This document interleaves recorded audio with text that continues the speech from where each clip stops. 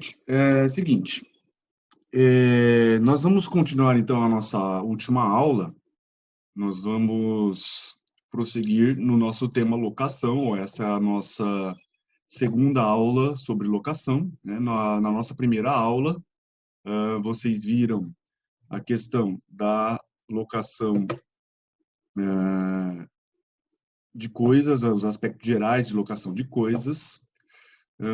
Nós vimos lá o conceito de locação, nós vimos as características, os elementos da locação, né?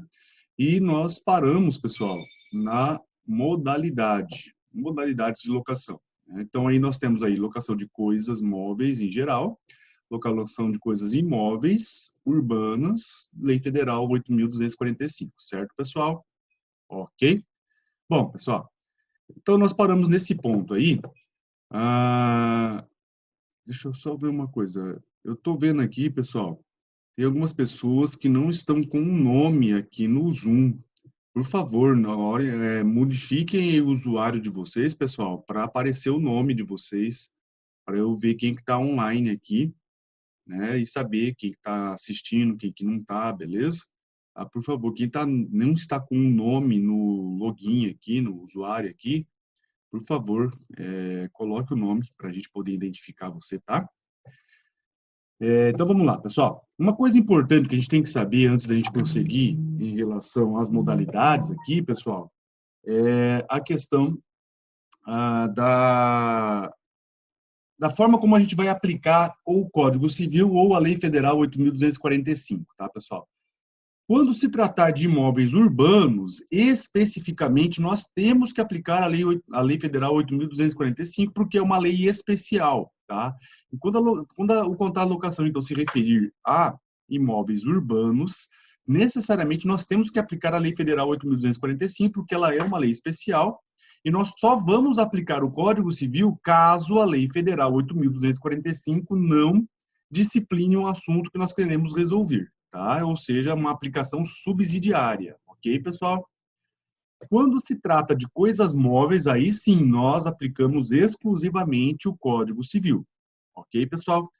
Para a gente continuar, então, era preciso a gente comentar esse aspecto aqui, tá? Então, em imóveis urbanos, a gente aplica a lei federal e, se não tiver disciplinado na Lei Federal 8.245, então nós vamos aplicar o Código Civil como lei geral, tá? E em relação à locação de imóveis, a regra geral nós vamos aplicar a regra geral, que é o Código Civil, beleza?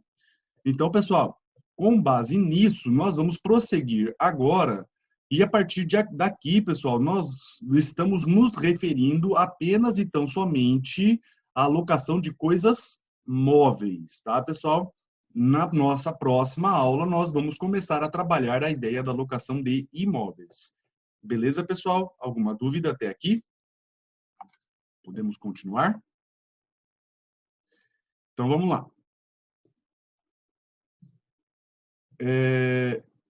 Em relação a isso aí, pessoal, o primeiro aspecto que nós precisamos analisar é a questão da aquisição da coisa por terceiro no contrato de locação, né? Então, vamos lá, pessoal. O que fala esse tema, o Código Civil? Vamos lá para o artigo... Oh, caramba, peraí, que eu abri o negócio errado aqui. Vamos para o artigo... Cadê o artigo? Aqui. Pronto, agora tá certo. Vamos para o artigo 576, pessoal. Artigo 576 do Código. O que fala esse artigo, pessoal? Vamos dar uma olhadinha nele. Artigo 576, tá aqui, ó. Se a coisa for alienada durante a locação, ou seja, se a coisa for vendida durante o contrato de locação, no nosso caso aqui, coisa móvel, tá, pessoal?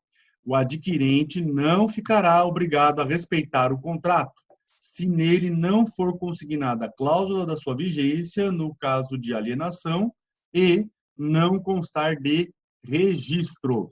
Então, pessoal, o que nós podemos destacar em relação a esse artigo aí, pessoal? Nós podemos destacar o seguinte: esse artigo traz para nós uma regra. Qual é a regra, pessoal? A regra é a seguinte: terceiro adquirente não é obrigado a respeitar o contrato de locação. Por que que o terceiro adquirente, pessoal, não é obrigado a respeitar o contrato de locação? Por causa de um princípio que nós estudamos no semestre passado. Princípio da relatividade subjetiva dos efeitos do contrato. Ou seja, pessoal, o contrato só gera efeitos entre as partes. O contrato não gera efeito em relação a terceiros. Como o terceiro adquirente, pessoal, ele não fez parte do contrato, então, tecnicamente, ele não está obrigado a respeitar o contrato de locação. Certo, pessoal? Essa é a regra.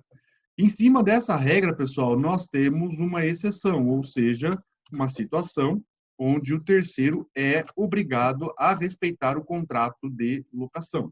Ok? Ai, puta merda, a Macarena acabou de pegar um passarinho. Ai, ai. Eu não vou conseguir salvar. Pera aí, gente. Deixa eu lá pegar. Só um pouquinho, gente.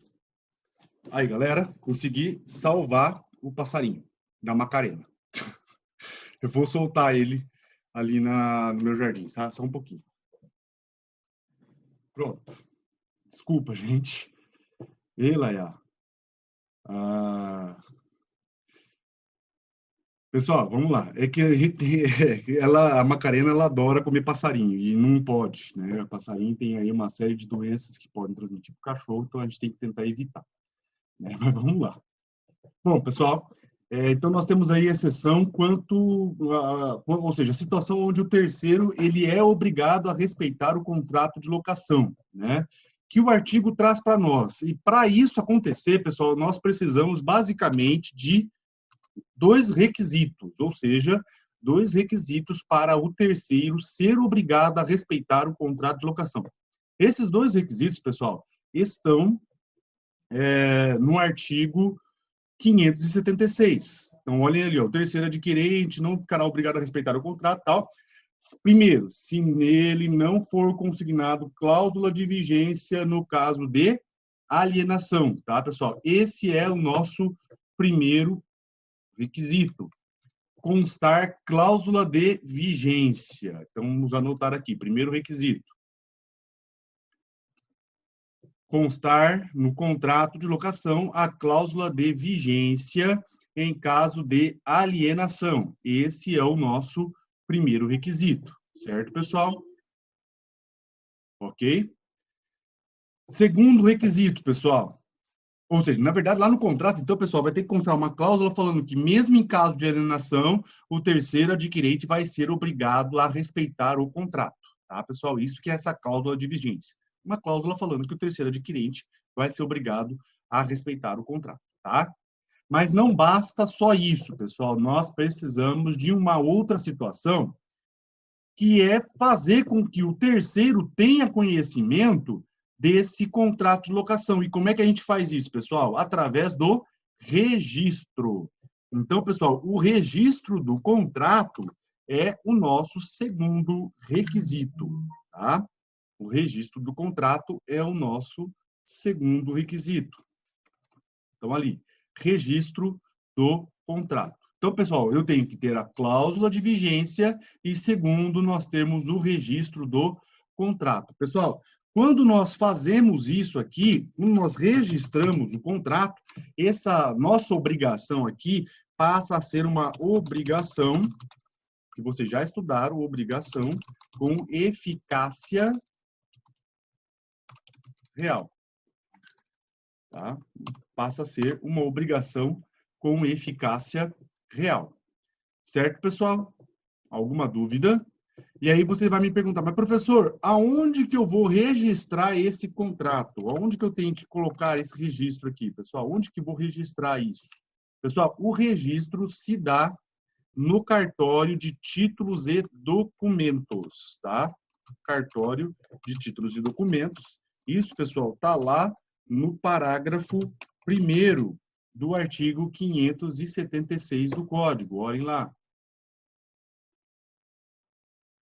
O registro a que se refere este artigo será no cartório de títulos e documentos do locador, quando a coisa for móvel. Essa partezinha final aqui, pessoal, quando a coisa for imóvel, vocês desconsiderem. Por quê? Porque a gente vai aplicar a lei de locação, e a lei de locação traz aí algumas situações diferentes em relação a isso. Ok, pessoal? Beleza? Alguma dúvida até aqui? Ok? Parágrafo 2º aqui também, pessoal, a gente não aplica, tá? Por quê? Porque nós temos uma lei especial para tratar desse assunto aqui, tá? Então, tanto o parágrafo 1º, nessa partezinha final, quanto o parágrafo 2º, nós não aplicamos porque nós temos a lei de locação. Correto, pessoal? Dúvidas? Não? Beleza? Então, tá bom, pessoal. Vejam, nosso próximo assunto agora são as obrigações do locador. Não entendeu, Luísa?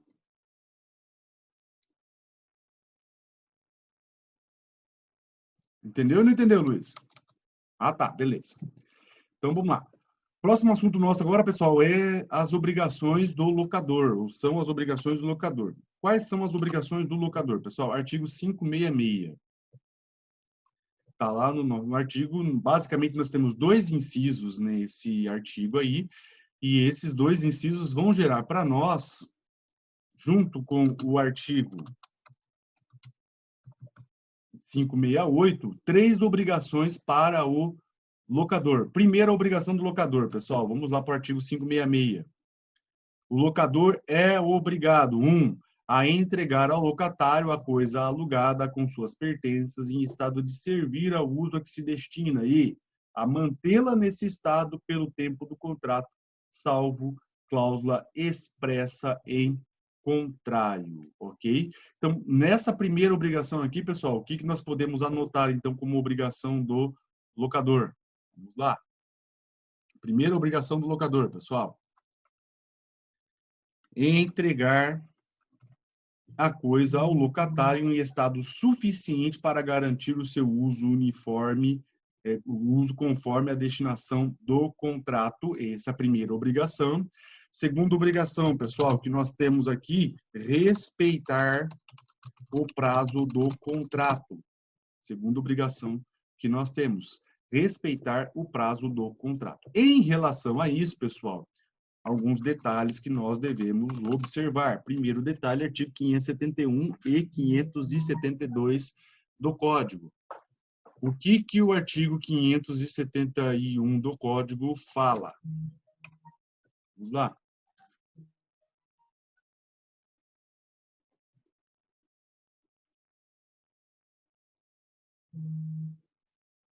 Artigo 571 do Código. Havendo prazo estipulado a duração do contrato, antes do vencimento, não poderá o locador reaver a coisa alugada, senão ressarcindo ao locatário as perdas e danos resultantes. Traduzindo isso, pessoal, primeira consequência desse artigo aí, que nós temos que anotar aqui. Primeiro, o locador não pode exigir a devolução antecipada da coisa e, se ele pedir, deverá ressarcir os prejuízos do locatário. Tá? Esse é o primeiro detalhe em relação ao artigo 571. O locador não pode exigir a devolução antecipada da coisa, tá? Se ele exigir a devolução antecipada da coisa, pessoal, ele então vai ter que ressarcir os prejuízos que o locatário tiver. Certo, pessoal? Ok? Então, essa é a primeira situação do artigo 571. O artigo 571 ainda tem, pessoal, uma segunda situação, que é isso aqui. Nem o locatário devolvê-la ao locador, senão pagando proporcionalmente a multa prevista no contrato. Então, pessoal, aqui nós temos uma segunda situação em relação agora ao locatário. O locatário, pessoal, também não pode devolver a coisa antecipadamente, tá? Então, o locador não pode exigir a devolução antecipada. Se ele exigir, deve ressarcir os prejuízos do locatário. E o locatário, pessoal, também não pode devolver antecipadamente, tá? Se não pagando a multa proporcional do contrato, tá, pessoal? A multa aqui, ela deve ser proporcional ao tempo do contrato, tá, pessoal? Não pode cobrar a multa integral porque o contrato, em parte, foi cumprido, tá? Então, essa multa, ela deve ser proporcional. Tá? E em relação a isso, pessoal, inclusive, nós já estudamos quando nós vimos lá a cláusula penal, né? Por essa multa que nada mais é do que uma cláusula penal, né? Então, essa multa aqui nada mais é do que uma cláusula penal. E a gente estudou lá na cláusula penal, pessoal, que ela não pode ser abusiva, né? Então, quando a cláusula penal é abusiva, o que que acontece? O juiz pode reduzir a multa em parâmetros razoáveis, né? E isso está previsto aqui também, pessoal. Olhem lá no parágrafo único do artigo 571.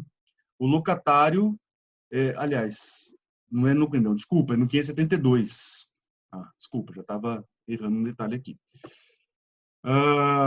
Se a obrigação de pagar o aluguel pelo tempo que faltar constitui indenização excessiva, será facultada ao juiz fixá-la em bases razoáveis, pessoal. Então, olhem aqui, artigo 572, se a multa do contrato, pelo tempo do contrato, for manifestamente excessiva, pessoal, o juiz pode reformar essa multa, pode corrigir essa multa, fixando aí, então, umas bases razoáveis, ou seja, reduzindo aí o valor da multa. Então, pessoal, vamos anotar isso aqui, tá? Se a multa for excessivamente onerosa, então anotem aqui, se esse valor proporcional que está falando ali o artigo 571 for manifestamente excessivo, pessoal, ou desproporcional, na verdade, o juiz, então, poderá reduzir o valor dessa multa, e isso está lá no artigo 572. Tá? Isso está no artigo 572. Ok, pessoal? Um outro detalhe importante que a gente tem que considerar é o seguinte, veja, pessoal, que em relação ao locatário é a multa, em relação ao locador é o ressarcimento pelos prejuízos. E aí um detalhe importante, pessoal, enquanto o locador não paga essa indenização aqui, pessoal, o locatário tem direito de retenção do imóvel, tá, pessoal? Então, o locador pede a devolução antecipada do imóvel e fala que vai pagar a indenização. Beleza, ele pode até pedir a devolução antecipada do imóvel e pagar a indenização. Mas enquanto ele não pagar a indenização, o locatário pode exigir o direito de retenção. Isso está no artigo 571, parágrafo único. Tá? Está no artigo 571, parágrafo único do Código. Beleza, pessoal? Então, nós temos esses dois detalhes que nós temos que observar aqui. Primeiro, o locador não pode exigir a devolução antecipada. Se ele pedir, deverá ressarcir o prejuízo do locatário. E o locatário tem direito de retenção em cima disso daqui. Ok? Beleza? E, em segundo lugar, o locatário não pode devolver antecipadamente a coisa. Se fizer isso, deverá pagar a multa proporcional do contrato. Ok? E, se o valor proporcional for excessivo, o juiz poderá reformar o valor dessa multa, ok? Beleza? Vamos voltar aqui na retenção, porque o assinado falou que não entendeu. Pessoal, a retenção aqui é o que é o direito de retenção? É o locatário não devolver o imóvel. Enquanto ele não for indenizado dos prejuízos, ele não devolve o imóvel para o locador. É isso que é o direito de retenção, né? Nada além disso. Então, enquanto o locador não pagar a indenização, o locatário não devolve o imóvel. Isso que é o direito de retenção. Certo, Sinara? Beleza? Então é isso, pessoal. Esse aí é a nossa primeira obrigação.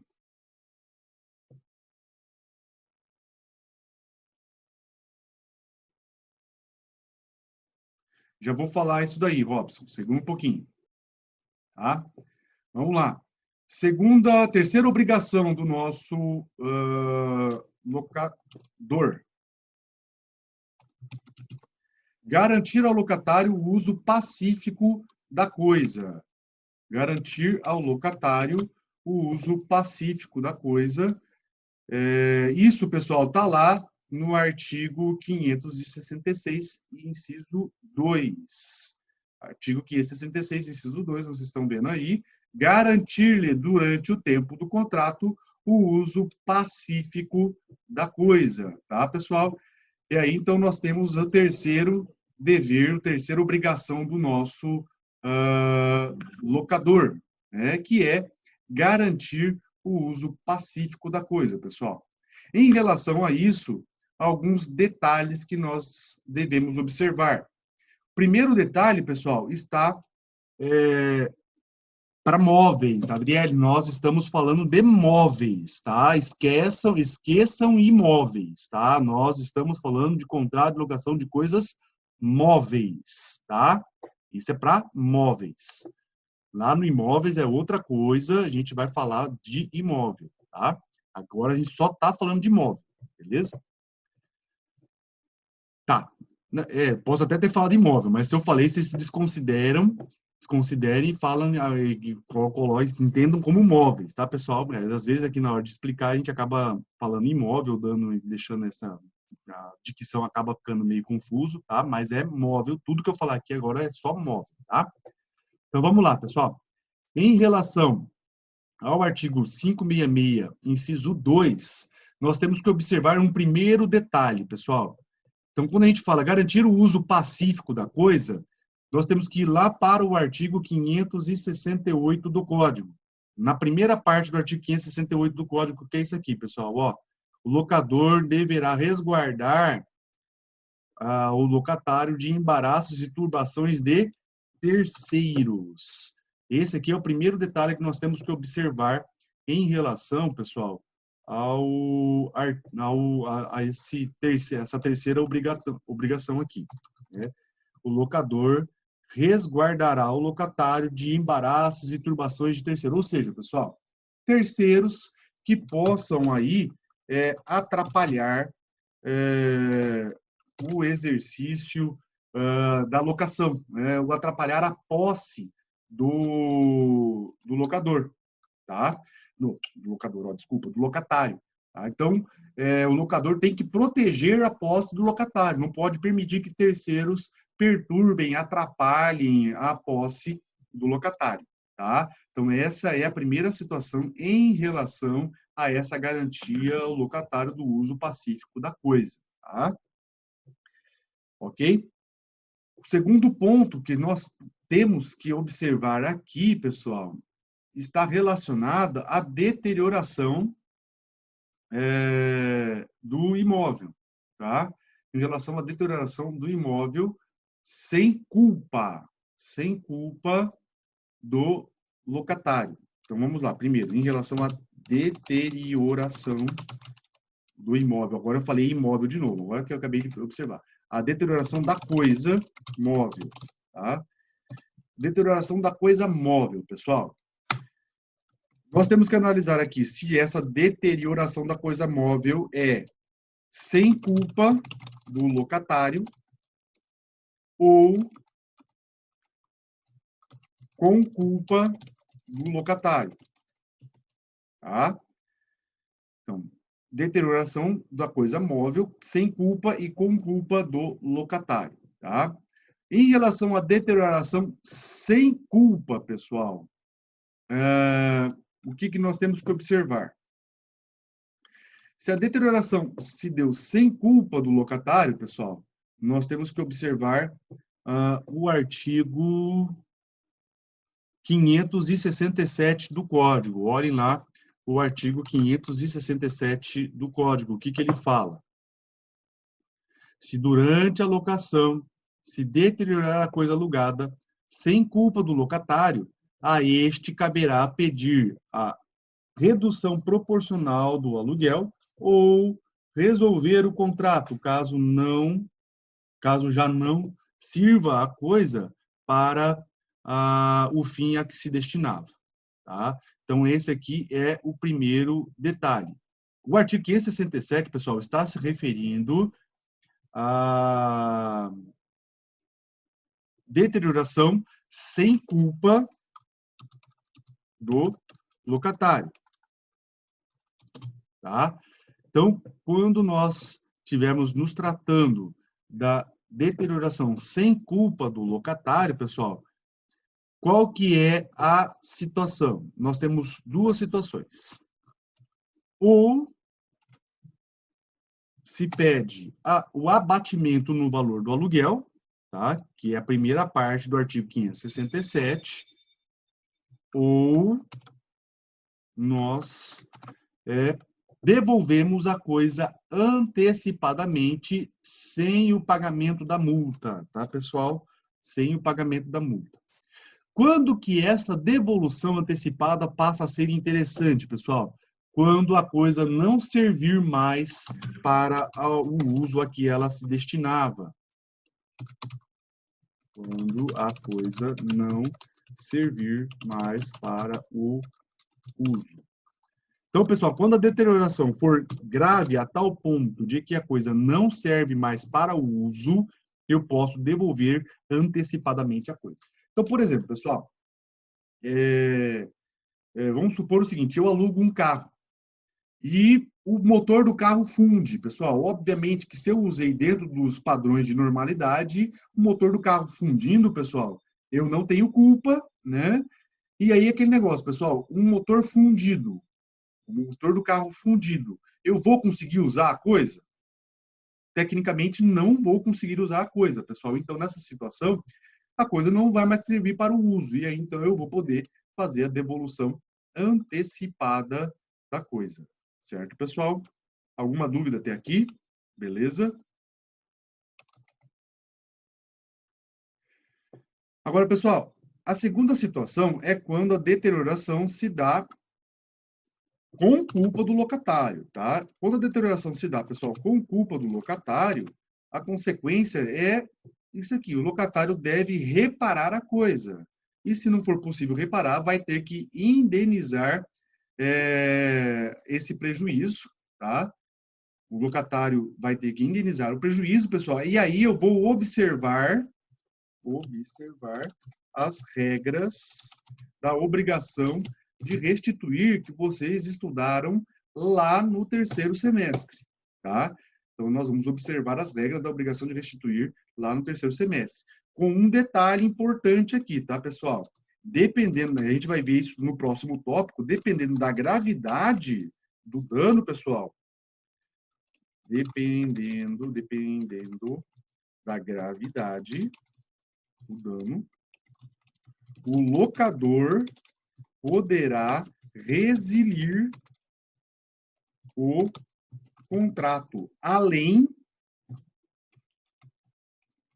da indenização. Tá? Então, com culpa do locatário, pessoal, dependendo da gravidade do dano, se isso desrespeitar um dever que nós vamos ver daqui um pouquinho, o locador pode resiliar o contrato de locação, tá? Além da indenização, dessa indenização aqui, né? O locador ainda vai poder resiliar o contrato de locação. Certo, pessoal? Entenderam essa parte aqui? Temos uma dúvida aqui. Vai resolver somente quando não houver mais serventia para o uso da coisa que se destina o locador. Não, na verdade, o locatário pode optar, mas tecnicamente, pessoal, pela redação do artigo, vamos voltar lá na redação do artigo para vocês verem. Ó, pela redação do artigo, ó, se durante o contrato se deteriorar a coisa alugada sem cumprir, a este caberá pedir a redução proporcional do aluguel ou resolver o contrato, caso já não sirva a coisa para o fim a que se destina. Mas vejam que temos uma vírgula aqui e o código vincula na verdade, aqui não é resolução, tá, pessoal? É resilição. O código vincula a resilição do contrato aqui, pessoal, ao fato da coisa não servir mais para o uso a que se destina, tá? Então, assim, qual que é a interpretação do contrato, da situação? Primeira opção é o abatimento no valor do aluguel, tá? E se a coisa não servir mais para o uso a que se destina, então eu posso devolver, melhor dizendo, a coisa antecipadamente, tá, Sinara? Não sei se você entendeu, qualquer coisa você me grita, beleza? Mais alguma dúvida, pessoal? Se não tem mais nenhuma dúvida, vou prosseguir. Beleza. E por fim, pessoal, a última situação que nós temos aqui, o quarto dever, agora que eu vi que está batendo com a numeração aqui. O quarto dever que nós temos aqui, pessoal, é o que está lá no artigo, na segunda parte do artigo 568. Responderá pelos vícios ou defeitos anteriores à locação. O locador responderá pelos vícios e defeitos anteriores à locação. Está lá no artigo 568 do Código. Já eu volto para a nossa outra tela. Olha aqui, ó. O locador resguardará o locatário tal, e responderá pelos seus vícios, defeitos anteriores à locação. Então, pessoal, todo problema, todo vício, todo defeito que a coisa tiver antes da locação é de responsabilidade do locador, tá? Por isso que é importante o locatário, na hora de receber a coisa, fazer a vistoria da coisa. Então, eu vou alugar um carro, pessoal. O que eu preciso fazer quando eu vou alugar um carro? Vistoriar minuciosamente o carro, pessoal. Por quê? Porque quando você pega o carro, você assina um laudo falando que o carro tem esse, aquele e aquele outro defeito lá. E se você não verifica se tem mais alguma outra coisa, pessoal, a hora que você for devolver o carro, o cara da locadora vai falar, opa, tem esse negócio aqui, ó. E aí, como é que você vai falar que isso daí já estava aí? Né? Então, pessoal, tem um risquinho na pintura do para-choque lá, então você peça para constar no termo de vistoria aquele risco. Tá? Por quê? Porque aquele risco, quem responde por ele é o locador. Tá? Você só vai responder por alguma coisa que acontecer durante a vigência do contrato de locação, isso se você agir com culpa. Tá? Um detalhe importante aqui, que eu estava até esquecendo também, pessoal, é que essa situação aqui, ó, ela pode ser afastada no contrato, tá, pessoal? Pode ser afastada no contrato, ou seja, o locatário responder independentemente de culpa. Principalmente, pessoal, quando se exige seguro, tá? E isso aqui, pessoal, é bastante comum nos contratos de locação de carro, tá? Nos contratos de locação de carro, pessoal, isso aqui é muito comum, esse tipo de cláusula aqui, tá? O locatário responder independentemente de culpa, tá? Quando se exige seguro, principalmente, tá? Então, eu estava até esquecendo isso aí, foi importante a gente comentar, porque aí eu lembrei, tá? Então, pessoal, entenderam algum problema, alguma dúvida em relação a isso? Ok? Se está tudo ok, nós vamos prosseguir com a nossa aula. Beleza, então, pessoal. Vamos para as obrigações do locatário agora. Obrigações do locatário. Está lá no artigo 569 do Código. Artigo 569 do Código. Então, vamos lá.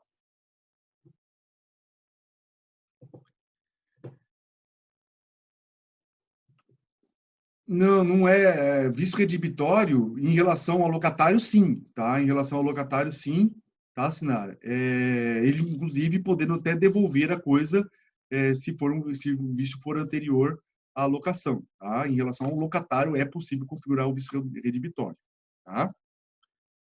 Volta a tela no 4, rapidinho, peraí. Aqui. É a redação do artigo, tá, Fernando? O 4 é a redação do próprio artigo, beleza? Beleza. Então, vamos lá, gente. Artigo 569. O locatário é obrigado, 1, a servir-se da coisa alugada para os usos convencionados ou presumidos, conforme a natureza dela e as circunstâncias, bem como tratá-la com o mesmo cuidado como se sua fosse. Vejam que aqui, pessoal, nós temos 2 deveres do locatário. Primeiro dever do locatário, pessoal. Vou até mudar o jeito que eu coloquei aqui. Número romano. usar a coisa conforme sua destinação econômica e contratual, tá, pessoal? Opa, colei no lugar errado, desculpa. Aqui, agora sim. Usar a coisa conforme sua destinação econômica e contratual. Isso aqui, pessoal, é importantíssimo, junto com a segunda obrigação, que também está nesse artigo, nesse inciso aí. 2. Conservar a coisa como se sua fosse, tá? Então, nós temos nesse inciso 1, duas obrigações. Primeiro, usar a coisa conforme sua destinação econômica e contratual. E segundo, conservar a coisa como se sua fosse. Pessoal, essa obrigação é importantíssima. Por que importantíssima, pessoal? Por causa do teor do artigo 570 do Código. O que o artigo 570 do Código fala, pessoal? Vamos lá para o artigo 570 do Código.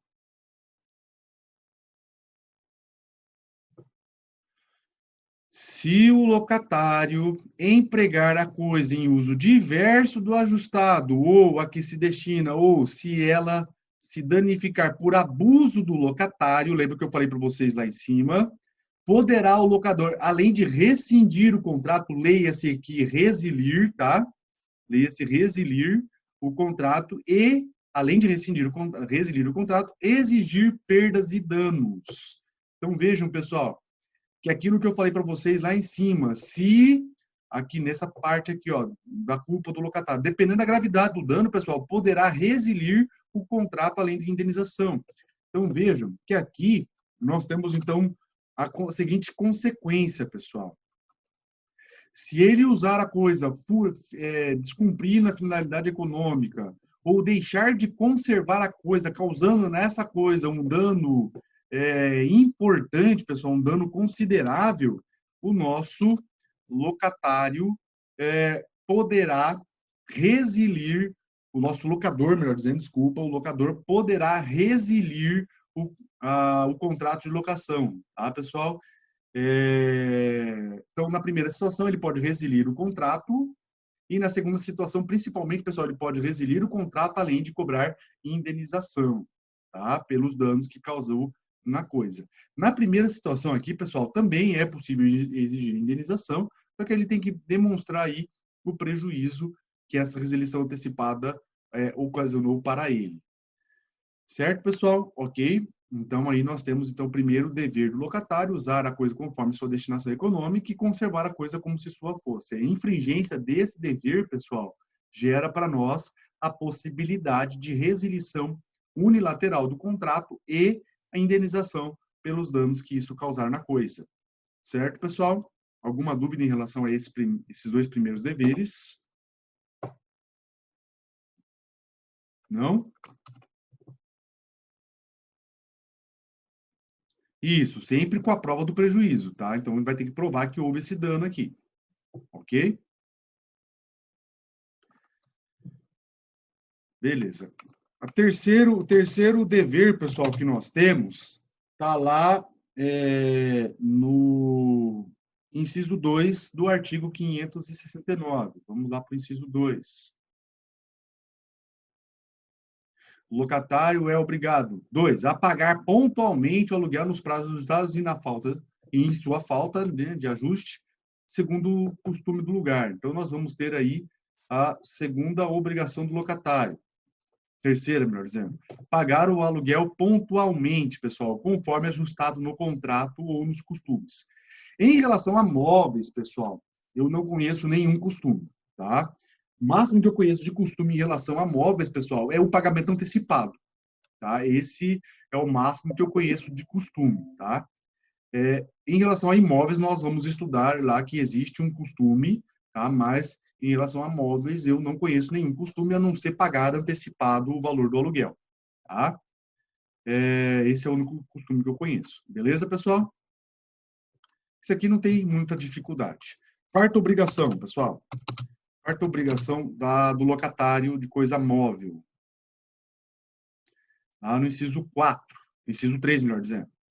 Levar a conhecimento do locador as turbações de terceiro que se pretendam fundadas em direito. Ou seja, pessoal, o locatário tem que comunicar o locador qualquer perturbação em relação à posse do imóvel provocada por terceiros. Então, tem algum terceiro perturbando, atrapalhando a posse, reivindicando a coisa, enchendo o saco na utilização da coisa. Nessas situações, pessoal, então, o locatário tem que levar isso a conhecimento do locador para que o locador possa tomar as medidas legais cabíveis. Tá? Ok, pessoal? Beleza? E, por fim, pessoal, a última obrigação que nós temos é o inciso 4. Restituir a coisa, findo a locação, no estado em que recebeu, salvo as deteriorações naturais do uso regular. Tá?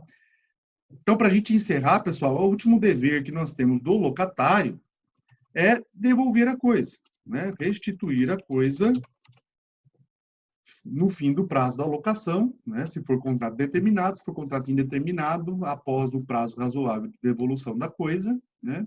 No estado em que recebeu, pessoal, exceto as deteriorações naturais e normais decorrentes do uso da coisa. Tá, pessoal? Então, por exemplo, eu alugo um carro, pessoal, se eu ando lá 300, 400, 500 quilômetros com o carro, pessoal, obviamente que esse uso regular, né, desde que eu não faça nada demais, de cavalinho de pau, comer pneu, comer borracha, essas coisas aí, né, levantar aquela fumaça, né, desde que eu não faça isso, pessoal, o uso, isso aí é o uso normal da coisa, né, não vai, tecnicamente não é um dano sobre a coisa. Então, pessoal, vai desgastar o pneu, por exemplo, né? Esse desgaste do pneu, pessoal, é deterioração natural e normal decorrente do uso da coisa. Então, eu não preciso ressarcir isso daí. Certo, pessoal? Ok? Alguma dúvida em relação a isso?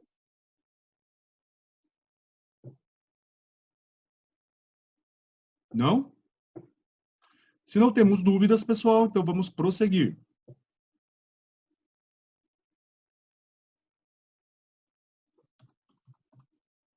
Vamos prosseguir agora com as benfeitorias e o direito de retenção, né? A gente tem que lembrar, pessoal, o que é benfeitoria primeiro, né? Vocês lembram o que é benfeitoria, né? Eu vou partir do pressuposto que vocês lembram o que é uma benfeitoria. Benfeitoria, Rafael Borges falou que lembra. Aí sim. A benfeitoria, pessoal, são melhorias que se faz em coisa alheia, que é exatamente a situação que nós temos aqui, né? Coisa alheia alugada, né? E aí eu faço uma melhoria nessa coisa alheia. Em relação a móveis, pessoal, é bem difícil nós visualizarmos isso, né? Mas só para a gente lembrar, pessoal, que nós temos 3 espécies de benfeitorias. Benfeitorias necessárias, úteis e voluptuárias. Benfeitorias necessárias são aquelas para a gente evitar a deterioração da coisa, evitar prejuízos na coisa, né? E as úteis é para melhorar a utilização da coisa, certo? Ok? E terceiro, pessoal, as voluptuárias, que é para aformoseamento ou deleite da coisa, né? Então, tornar a coisa mais bonita, mais prazerosa no uso e tal. Então, por exemplo, pessoal, vamos imaginar um imóvel, que o imóvel é bem simples para a gente observar isso aqui. Reforma de um telhado, pessoal, benfeitoria necessária. Por quê? Para evitar o prejuízo na coisa. Está caindo o telhado, eu reformo para evitar um prejuízo. Tá? Construção de uma garagem ou de mais um quarto, né? Benfeitoria útil. Por quê? Para melhorar a utilização da coisa. E voluptuária, pessoal.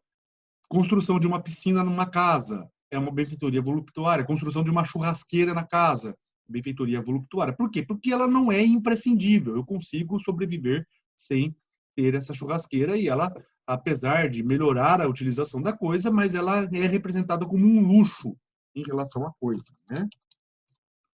Ok? Certo, pessoal? Então, isso aqui era só para relembrar. Como é que funciona, pessoal, a questão das benfeitorias em relação à alocação de coisas móveis, tá, pessoal? Como é que vai funcionar? Como eu disse para vocês, é meio difícil nós visualizarmos essa situação. Mas vamos considerar lá, pessoal. Primeiro, benfeitorias necessárias, consequências em relação às benfeitorias necessárias e consequências em relação às benfeitorias úteis, certo? Vamos para o artigo 578, vejam o que eles falam. O que ele fala?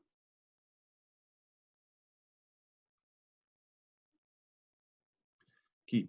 Salvo disposição em contrário, o locatário goza de direito de retenção no caso de benfeitorias necessárias. Vamos parar aqui. Então, primeira situação, pessoal, benfeitorias necessárias. O código fala que o locatário goza de direito de retenção. Isso significa dizer que nas benfeitorias necessárias sempre são indenizáveis e dá ao locatário o direito de retenção, ou seja, ele ficar com a coisa enquanto ele não for indenizado. Certo, pessoal? Correto? Ok. Alguma dúvida? Beleza? Então, benfeitoria necessária sempre é indenizável e dá direito de retenção ao locatário, ou seja, ele não devolve a coisa enquanto ele não receber o que ele gastou. Beleza? Por exemplo, pessoal, o cara estava lá com a coisa, deu um problema na suspensão da coisa, pessoal, e o cara precisando usar urgente o carro, ele foi lá e consertou a suspensão do carro, pessoal. Isso é uma benfeitoria necessária, tá? Vejam que ele precisava reparar para continuar usando a coisa. Então, isso é indenizável e dá direito de retenção. Certo, pessoal? Até aí, beleza, né? Ok. Em relação às úteis agora. Vamos para as úteis. Vamos lá.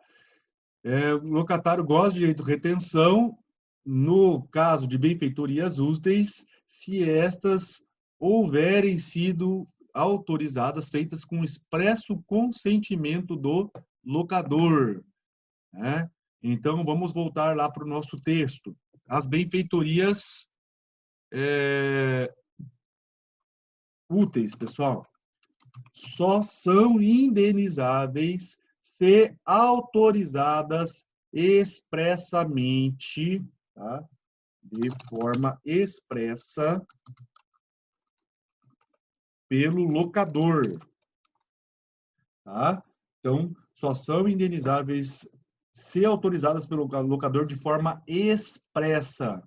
E aí, nessa situação, dará direito de retenção. Então, pessoal, se eu fizer uma benfeitoria útil, tá? E sem autorização do locador, eu não tenho direito à indenização, nem direito de retenção. Certo, pessoal? Ok. Então, qual que é a diferença da necessária para útil, pessoal? A necessária sempre é indenizável, tendo ou não tendo direito, tendo ou não tendo autorização do locador, e sempre vai dar direito de retenção, ok?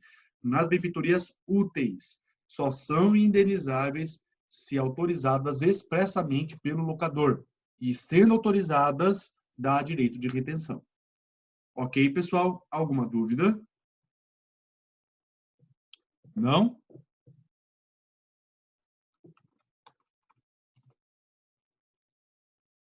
Falem aí, pessoal. Beleza. E, por fim, pessoal, ficou faltando as benfeitorias voluptuárias, né? As benfeitorias voluptuárias, pessoal, como regra de direito, elas não são indenizáveis, tá? Benfeitorias voluptuárias não são indenizáveis. Benfeitoria... eu nem sabia que tinha como fazer isso. Benfeitorias voluptuárias não são indenizáveis. Ficou melhor agora para ver, né, gente? Não tinha visto que estava para juntar as páginas assim. Benfeitorias voluptuárias, então, pessoal, não são indenizáveis, mas pode o locatário levantar, ou seja, levar embora essas benfeitorias se não causar prejuízo na coisa. Tá? Então, por exemplo, eu aluguei um carro e fui lá e coloquei uma rodona esportiva aro 21 com pneu estoura fácil, de perfil fino, né? Nessa situação, pessoal, na hora que eu devolver o carro, eu posso arrancar as rodas que eu coloquei e botar as rodas originais. Tá? Por quê? Porque essas rodas esportivas aí são benfeitorias voluptuárias, né? Então, nessa situação, eu posso tirar, desde que não cause prejuízo à coisa. Certo, senhores? Alguma dúvida?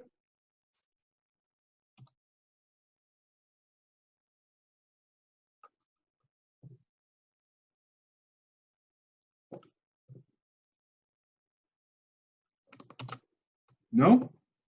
Beleza. Então vamos lá, pessoal. Estamos terminando. Aliás, pessoal, vai interromper já já de novo a nossa live, nossa reunião aqui. Então, na hora que interromper, a gente entra de novo, tá? Vamos lá. Cessão de contrato e sublocação. Pessoal, são dois institutos diferentes, tá? Cessão de contrato e sublocação. São dois institutos completamente diferentes e que têm consequências diferentes também, tá, pessoal? O que vai ser a cessão de contrato? Pessoal, é uma coisa que vocês estudaram lá no terceiro semestre, né? Ou seja, se substitui a pessoa do contrato por um terceiro, tá? Então, eu vou trocar o locatário ou eu vou trocar o locador. Normalmente, eu troco o locatário, que na nossa situação é o locatário, tá? Então, uma pessoa aqui, vamos colocar locatário, tá? Troca a pessoa do contrato por um terceiro, no nosso caso aqui é o locatário. E a sublocação, pessoal? A sublocação, na verdade, é uma locação em cima de uma outra locação. Então, veja, pessoal, o que acontece? O locatário vai lá, aluga a coisa, e aí ele pega essa coisa e aluga para outra pessoa. Esse segundo contrato de locação aí chama sublocação, tá? Nessa situação, pessoal, então nós vamos ter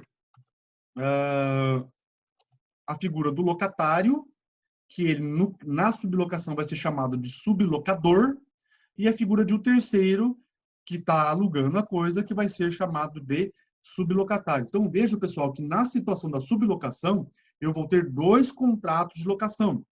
Um contrato de locação entre locador e locatário, e um outro contrato de locação entre locatário e terceiro. Ok, pessoal? Vou desenhar isso para vocês, pessoal, aqui no quadro branco nosso. Para vocês visualizarem isso um pouquinho melhor. Deixa eu só arrumar aqui para ele. Então, beleza, pessoal, vamos retomar o nosso raciocínio. Essa segunda pergunta aí, Robson, eu já vou responder. Espera só um cadinho. Então, vamos lá, pessoal. Na seção de contrato de locação, o que vai acontecer? Nós estamos, então, a essa relação contratual aqui. E aí, o que vai acontecer, pessoal? O nosso locatário aqui, ó, o nosso locatário, ele vai ser removido do contrato. E no lugar dele agora, pessoal, nós não vamos ter mais o A. No lugar dele agora vai entrar o terceiro.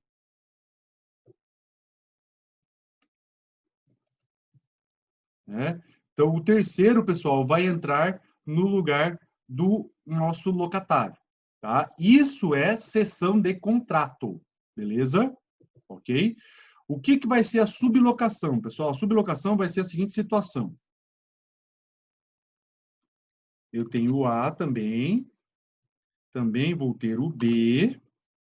Ali eles vão alugar lá um carro. A situação é a mesma aqui do exemplo anterior aqui. Né?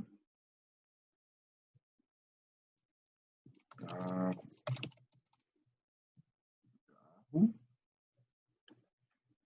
Dinheiro. Opa.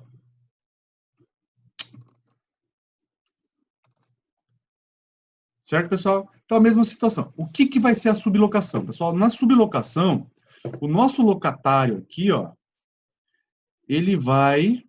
Nosso locatário aqui, ó, o que ele vai fazer? Ele vai pegar esse carro aqui e ele vai alugar esse carro para outra pessoa. Que nós vamos chamar de terceiro. Ele vai alugar esse carro para um terceiro. Certo?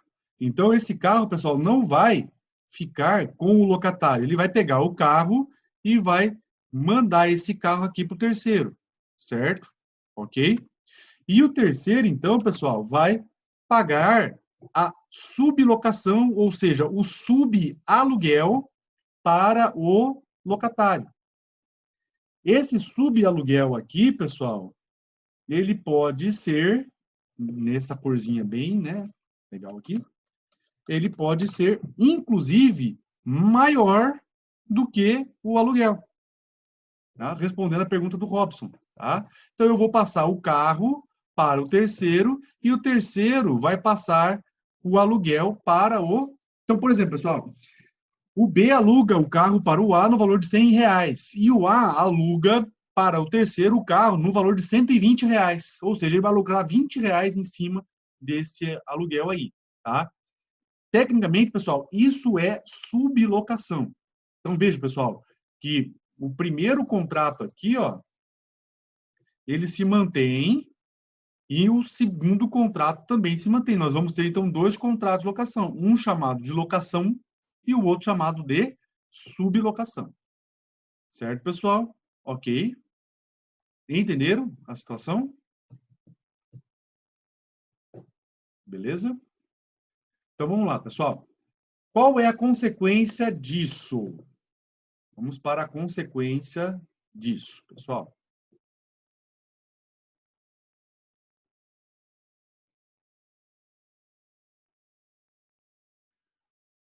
Adriele, a cessão, na verdade, é a substituição do locatário. Então, o locatário vai passar a posição contratual dele para o terceiro, tá? A substituição contratual do locatário. Então, ele vai passar a posição contratual dele para um terceiro. Ele vai sair da relação como se ele nunca tivesse tido lá dentro da relação, tá? Certo? E vocês estudaram isso lá no terceiro semestre, sessão de contrato, ok? Isso, o terceiro assume todos os direitos e deveres decorrentes desse contrato. Ok, pessoal. Então, vamos lá. Como é que funciona isso, pessoal? Qual é a regra em relação à cessão e à sublocação? A regra, pessoal, é que é possível, tá? A regra é que tanto a cessão de contrato quanto a sublocação, elas são possíveis dentro do contrato de locação, tá? Qual é a exceção, pessoal? O contrato pode proibir isso, tá? O contrato pode proibir a sublocação ou a cessão de contrato, tá, pessoal? O contrato pode proibir. A cessão de contrato, na verdade, pessoal, tecnicamente, ela precisa da anuência do locador. Então, não tem como o locatário fazer isso escondido, tá? Precisa da anuência do locador. Agora, a sublocação é que é o problema, pessoal, que aí entra na pergunta de quem? Do Tiago, né?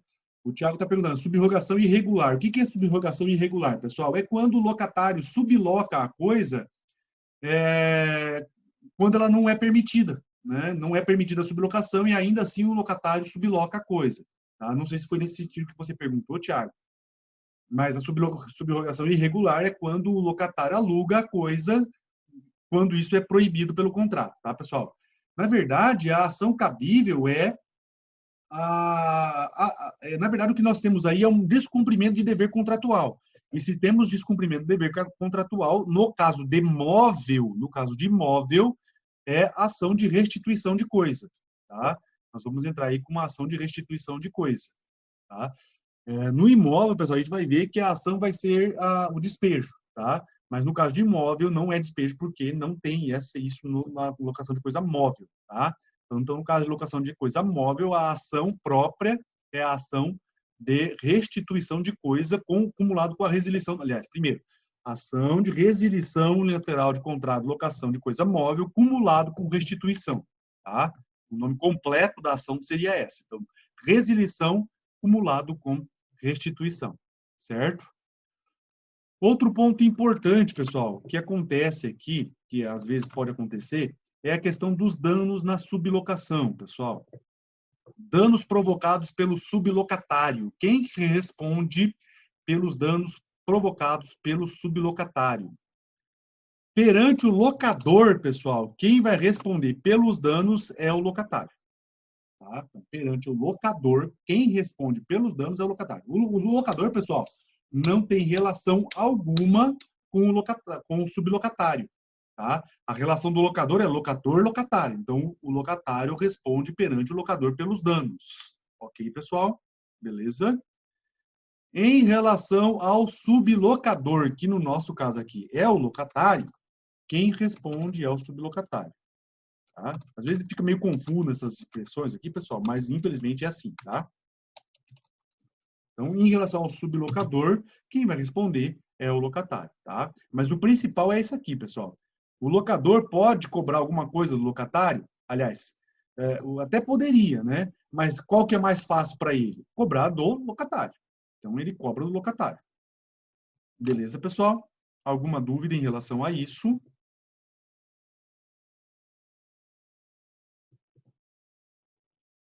Sim ou não? Se não temos dúvidas, vamos terminar a nossa aula com o último tópico: extinção do contrato de locação, pessoal. Extinção do contrato de locação. A extinção do contrato de locação, pessoal, está no artigo 573 do Código, que vai falar o seguinte: a locação para o prazo determinado, né, cessa de pleno direito fim do prazo estipulado, independentemente de notificação ou aviso, né? E também, pessoal, o artigo, cadê?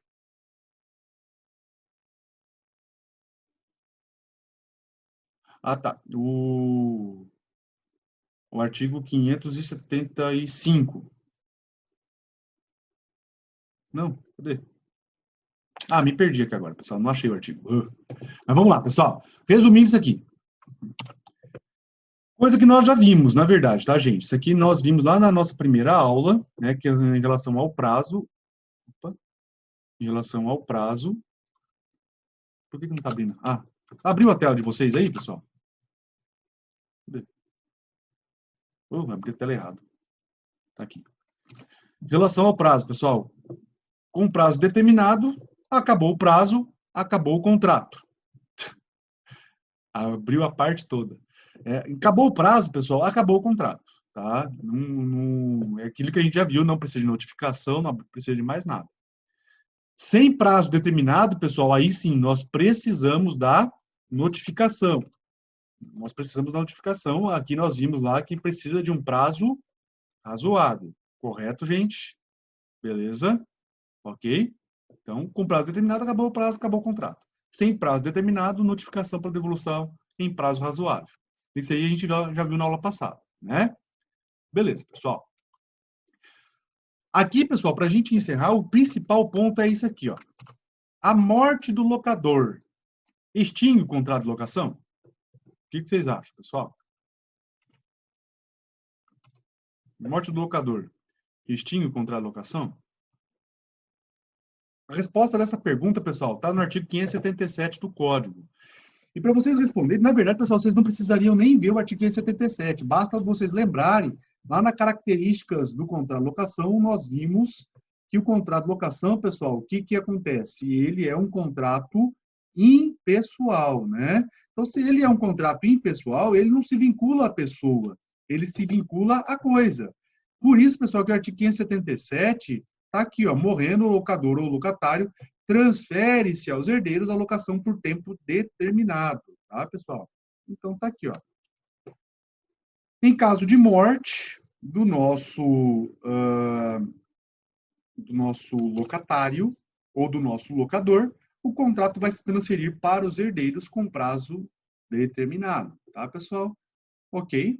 Com prazo indeterminado, pessoal, também se transfere, tá? Só que aí, se os herdeiros quiserem encerrar o contrato, basta, então, eles notificarem o locador ou o locatário para o encerramento do contrato.